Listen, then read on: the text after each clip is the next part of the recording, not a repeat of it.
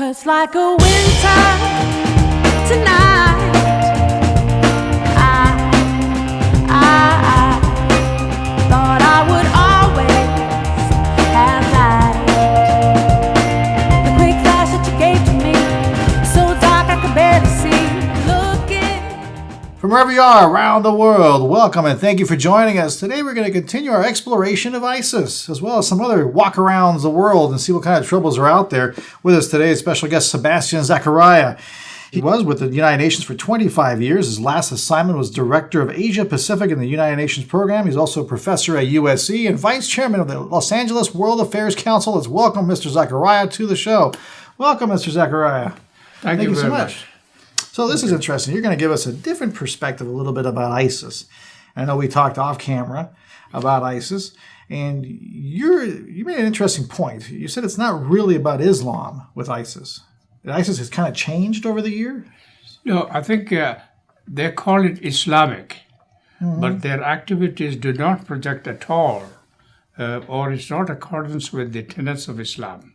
For example, Islam prohibits burning of a body. What they have done is to burn the Jordanian pilot and in a cage, and burn. After that, they put it for public exhibition. And that is not a thing that Islam permits.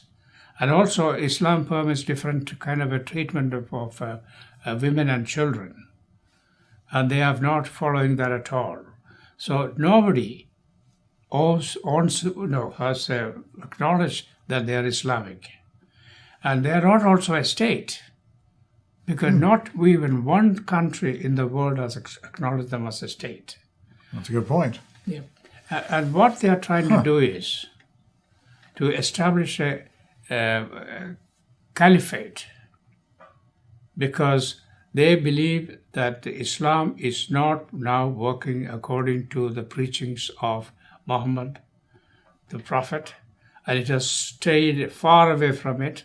They want to purify Islam, and they want Islam to follow the strictest Sharia law.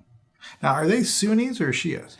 Well, I think neither. Or neither. because what happens is, this is a proxy war. Proxy war between the various sections of Islam. For example, Sunnis. They are called Sunnis because after the word called Sanas. Sanas means the original Testament preachings of the Prophet Muhammad. So what they follow is that is why they are called the Sunnis. Now the Shiites, on the other hand, were not in agreement with the successors of the Prophet Muhammad. And they wanted to have Ali, an outsider, to become the new chief head of the religion. But people were then arguing, should we have blood relations as a successor, or should we have elected people as successors? So the argument is only about the successor? Successor, that is how it started. And originally, the Sunnis said that it must be through an election and not through successors should not be decided upon blood relations. So the followers of that path was called the Shiites.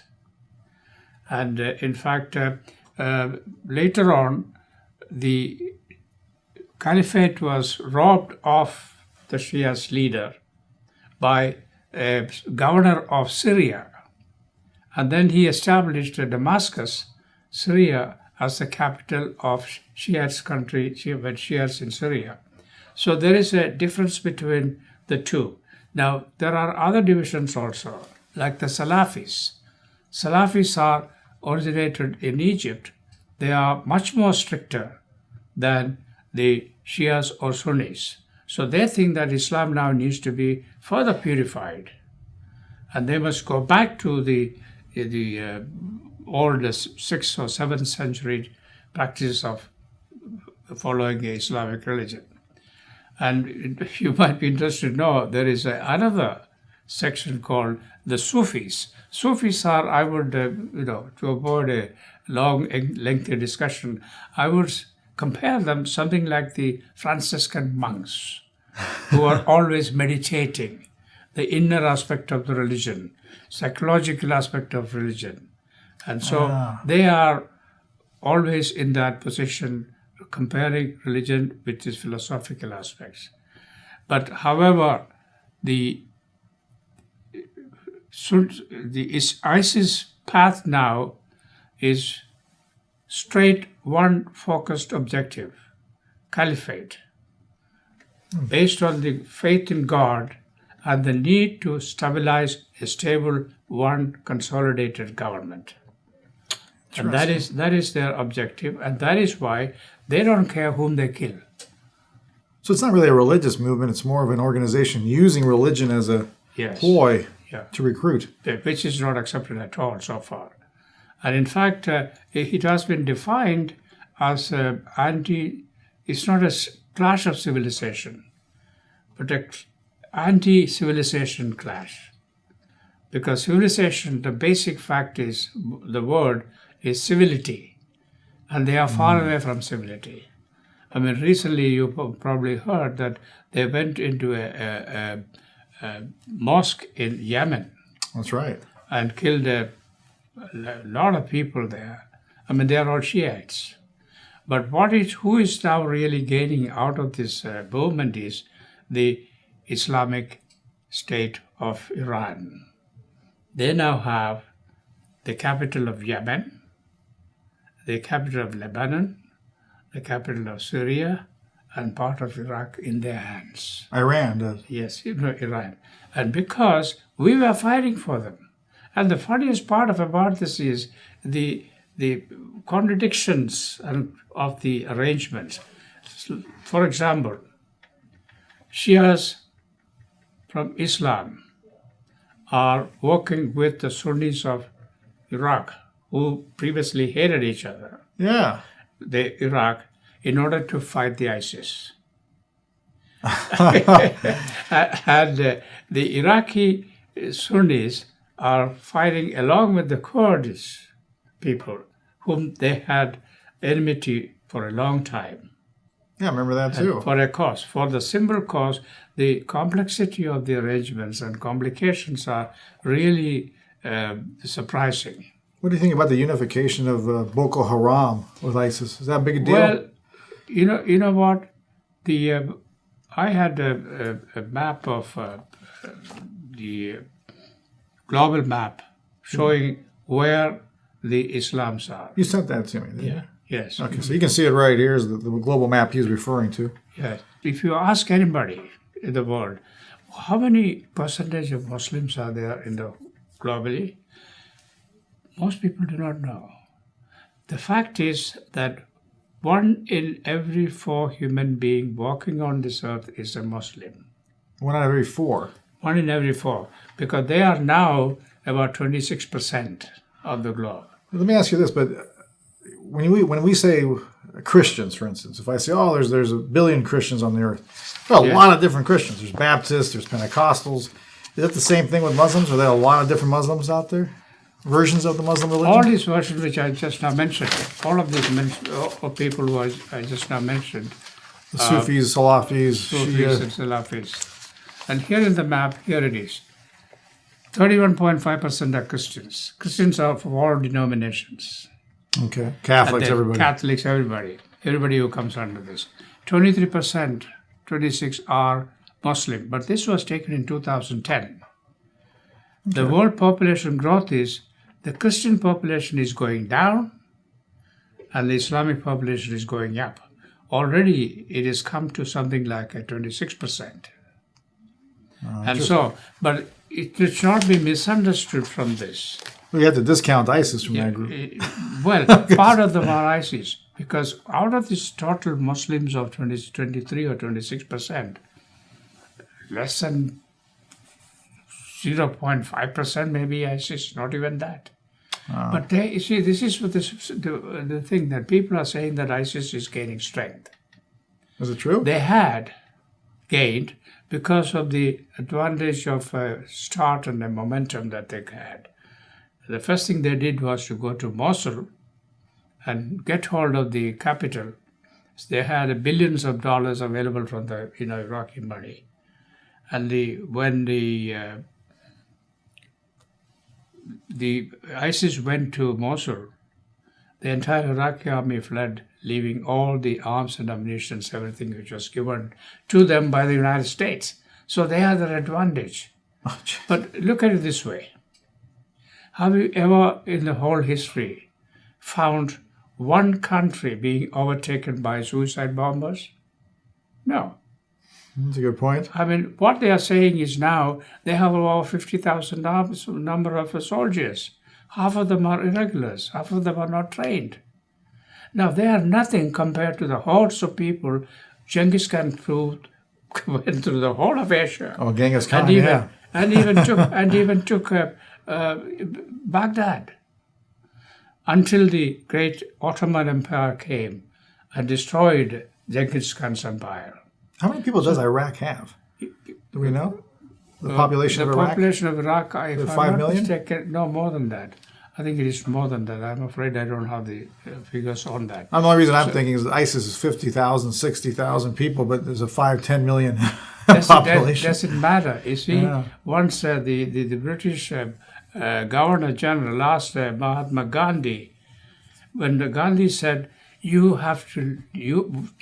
sooner or later you'll be forced to leave our country. And the governors asked him, why do you say that, Mr. Gandhi? He said, you know what? 100,000 British soldiers will never suppress 350 million Indians. Same way, 50,000 people spread over all these countries will never suppress them, sometime or the other. Because there are Islam, total 49 countries are majority, Islam majority. 49 countries. 49 countries have an Islamic majority? Islamic majority. And the rest of the Islam, but rest of the 26%, they live in all the other countries. It means that almost every country in the world has a Muslim population, bigger or smaller. Here is the graph I had sent you. 73% of Muslims live as majority countries. I'll put this one up too, so you send me this one too. And so sooner or later they will lose. And second thing is, what they are saying is, they are now, in the beginning they declared victory. Why? Because they had a suicide bomber killed some 23 people somewhere. As I said earlier, suicide bombers never enabled any government to take any army to take over. And actually, if you're a cynic, you would say, you won't win by dying yourself for your country, but you have to make somebody else to die for his country. That's right. That is what we have to do. And I think, what do we do with ISIS now? Now, because of they are spreading through. Recently, FBI had information out for everybody to know that every state, every one of the 50 states in the United States have an ISIS cell. There's an ISIS cell in every one of the states. Yeah, every one of the states. So it doesn't take 200,000 people to spread fear. So how can we do that? This we will not be able to avoid this kind of cruel work of the ISIS for quite some time. This, in the Europe we had a 30 years war. The European small kingdoms were fighting against each other. Here people are fighting for ethnicity basis, for race basis, for religious basis, for economic consideration. And so this war in general will go along for quite some time. Yeah. But the problem there is the lone wolf attacks that we may not be able to stop unless we work with the Islam population in general. So that is why in Obama, as a president of the United States, never calls it the Islamic State, because he says, I will not dignify them by calling them Islamic State.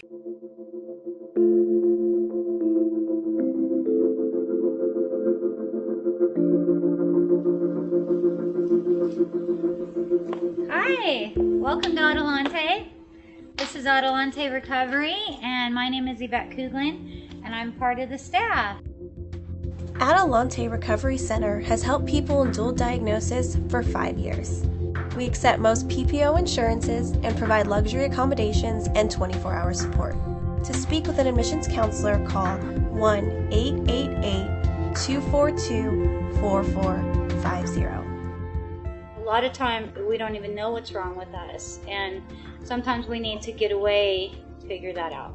So if you want to go for a little retreat out in Corona Del Mar, which is a confidential location, we're here to help. So we're only a phone call away. Thank you. Well, that brings up a question. How is the administration handling it? I know a lot of people put the point of the finger at them, saying we shouldn't have left Iraq in the beginning. This is what happens when we left Iraq. What do you think about all that? Well, I think what happened in the past, there's no point in talking about it. But what we can now do is this: when, as we discussed earlier, 1 out of every 4 person is a Muslim. This is not a war we can go out and kill everybody. Sure. Okay, so that will not work. And that's the other thing too. A lot of the Muslims are actually quite innocent. The other reason, recently about 2009, I made a presentation at Manchester College in Oxford on the international multidimensional nature of terrorism. Now, it's not really one reason. It is, the food, freedom, and justice. People are wanting that. People are fed up by dictators suppressing them and the bad handling by the police. Okay? And they want to maintain their pride and so on. So there are a lot of social problems connected with the economic problem, because most of the people in the ISIS, who are they? Young people. They had no opportunity in their own country.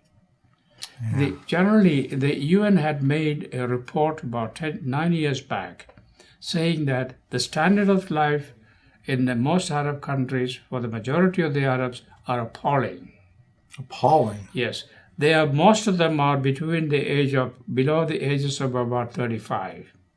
They are illiterate, they have no employment. This is the best prescription for the boiler, to burst.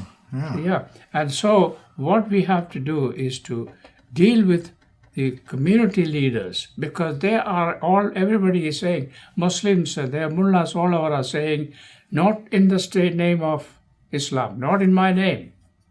We dissociate with. So there are 2 or 3 things that we have to do. First, aggressive military engagement, because we cannot and we should not allow them to succeed. Yes. And number 2 is that we must have an aggressive diplomatic, negotiation with them, because that's the only way we have to get other Muslim countries to support and to say, look, we are not supporting you, we will be against you, we won't want you. Okay. And the third thing is that we have to have economic programs, support Arab countries' economic program. There has even been a suggestion that after the Second World War, there was a Marshall Plan, which of course was funded by the Western countries, particularly America. The other Arab countries, wealthy Arab countries, must constitute an international fund or an Arab fund to support all the Arab countries in their economic progress and development, which has not taken place yet. And so far, and also we have to have, to some extent we have succeeded in it, to have a unified strategic policy. In the beginning, you asked me how was it handled.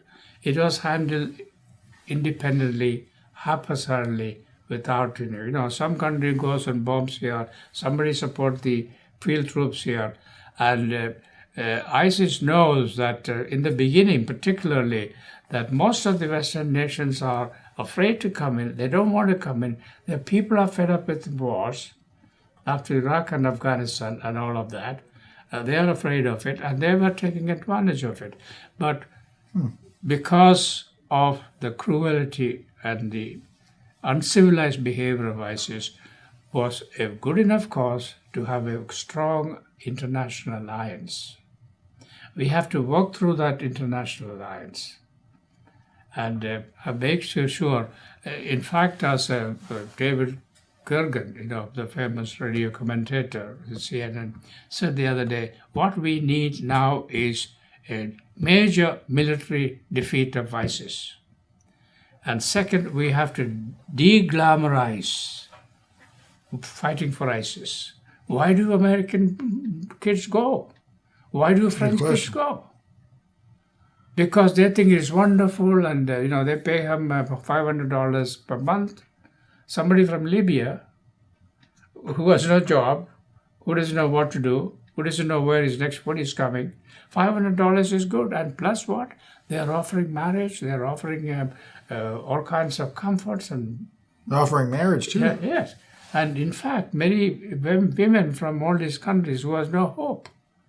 You see, don't take hope from people for anything. People live on hope. I mean, in countries like Libya, they have no hope. And, to talk about when Gaddafi was ruling, there was no constitution in the country. They had a green book. And no, really. That's right. That's a fact. A green book which decided that is his opinion of how he should run a government. And what is that? Getting tribal support. Today I come to Carlos, Chief Carlos, you side with me, I will make you governor, I'll do you this and all this thing. I keep you there for 2 years, and then you go to keep up, somebody else. And you and your family are wiped off. And your property is gone. So, shifting tribal alliances was the tactics of Gaddafi. Interesting. And so now, after they have gone, there was no leadership. There's absolutely no leadership. It is a failed state. It's still chaotic over there. Chaotic over there. Now, what happened in Tunisia is the elite are so wealthy. And there is a tremendous gap between the wealthy and the common man. And so people are agitating against it. And if you are, that is how the Arab Spring started in Tunisia. They dealt with the vendor extremely badly, and the vendor's family produced a video about how he was handled. He was beaten badly, and the video became viral. And so people said, no, we can't tolerate this. In Egypt, you have read all the place under the time of the dictatorship. They completely banned the Brotherhood of the party. Okay, and in fact, they were the conservative Sunni thing. It is not that they were good people; they were doing good. I mean, they had problems. The government had problems with them, but no government can rule without the cooperation of the people. And so what happened to Mubarak. Yeah, Mubarak had trouble too. Yeah. Let me ask you this question.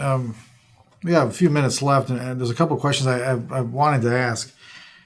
Somebody made a point the other day to me, and I don't know how you feel about this. It was interesting. He said ISIS really doesn't care about the Jewish nation or Israel.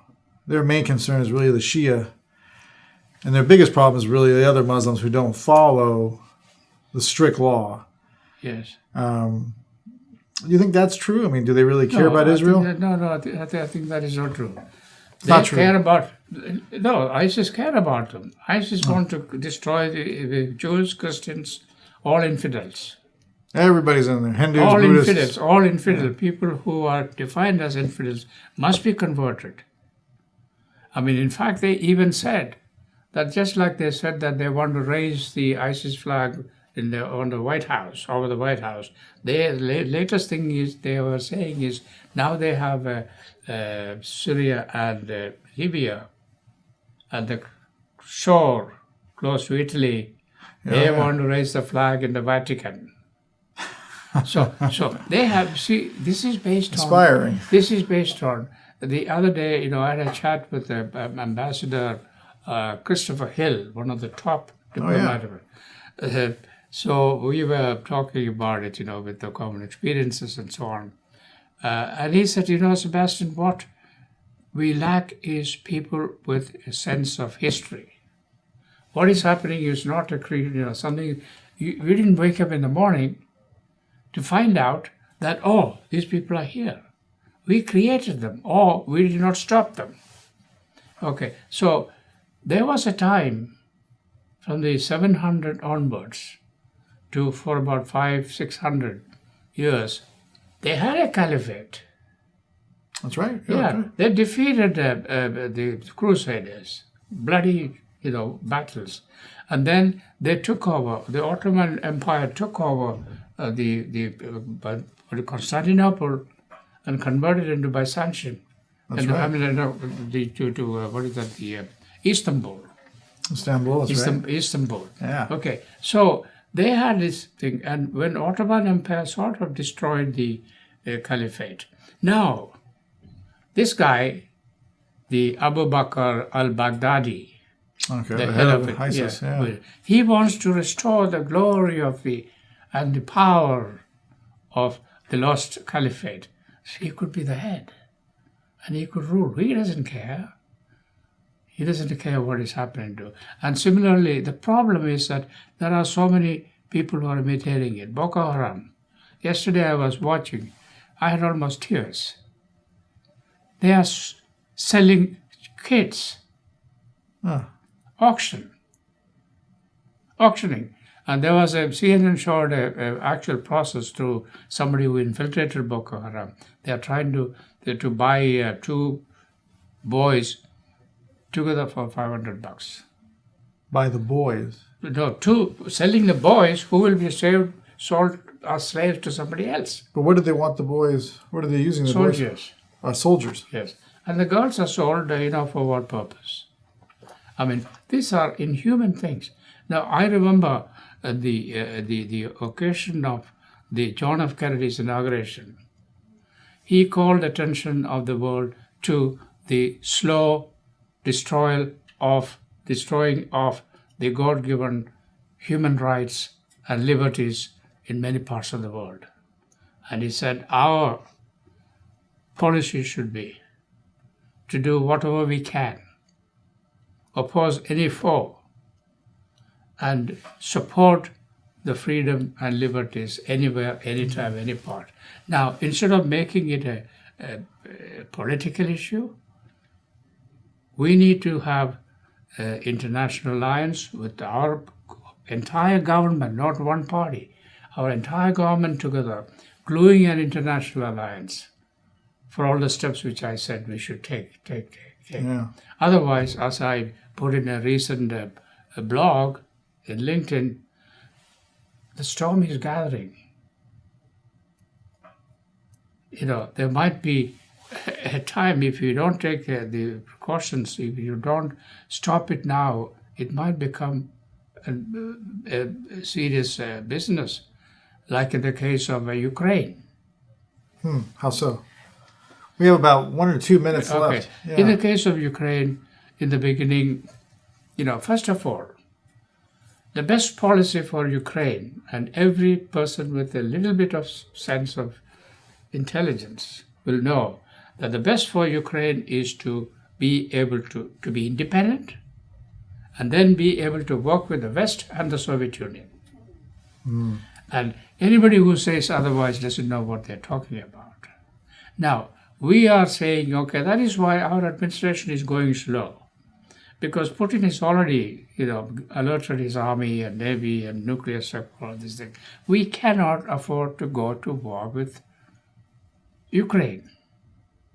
So we are supporting the country to be independent. Sure. Now, why are we doing that? Because if the matters are going to much more serious state, I don't think we want to have a major war in Europe. These are not things to be settled by war. That is why I was wanting to talk about the Treaty of Westphalia after the 30 Years' War in Europe. They were fed up. All these kingdoms and dukedoms and they were fighting for all kinds of things, or marriage alliances, or all kinds. But now they had a Westphalian treaty, which said all these matters must be decided on negotiations and consultation and mediation. And of course, how do they do that? Based on a principle of power and balance. Power and balanced communication. I'm so sorry, but we're running out of time. Okay. That was fantastic. I know if you're really into politics, you really want to know what's going on in the world, this is the place to be. Thank you so much, Thank Sebastian, you very for being much. on the show. Thank you, everyone. Some people ask me, well, why are you talking about ISIS or geopolitical issues on a psychology show? Well, we need a better understanding of human behavior in general. The more we can do that, the better we're off, and the better our life will be, not just for us, but for our future children as well. Thank you again. Remember, our motto is simple. Wherever there's psychology involved, wherever in the world, we're going to be there. See you next time.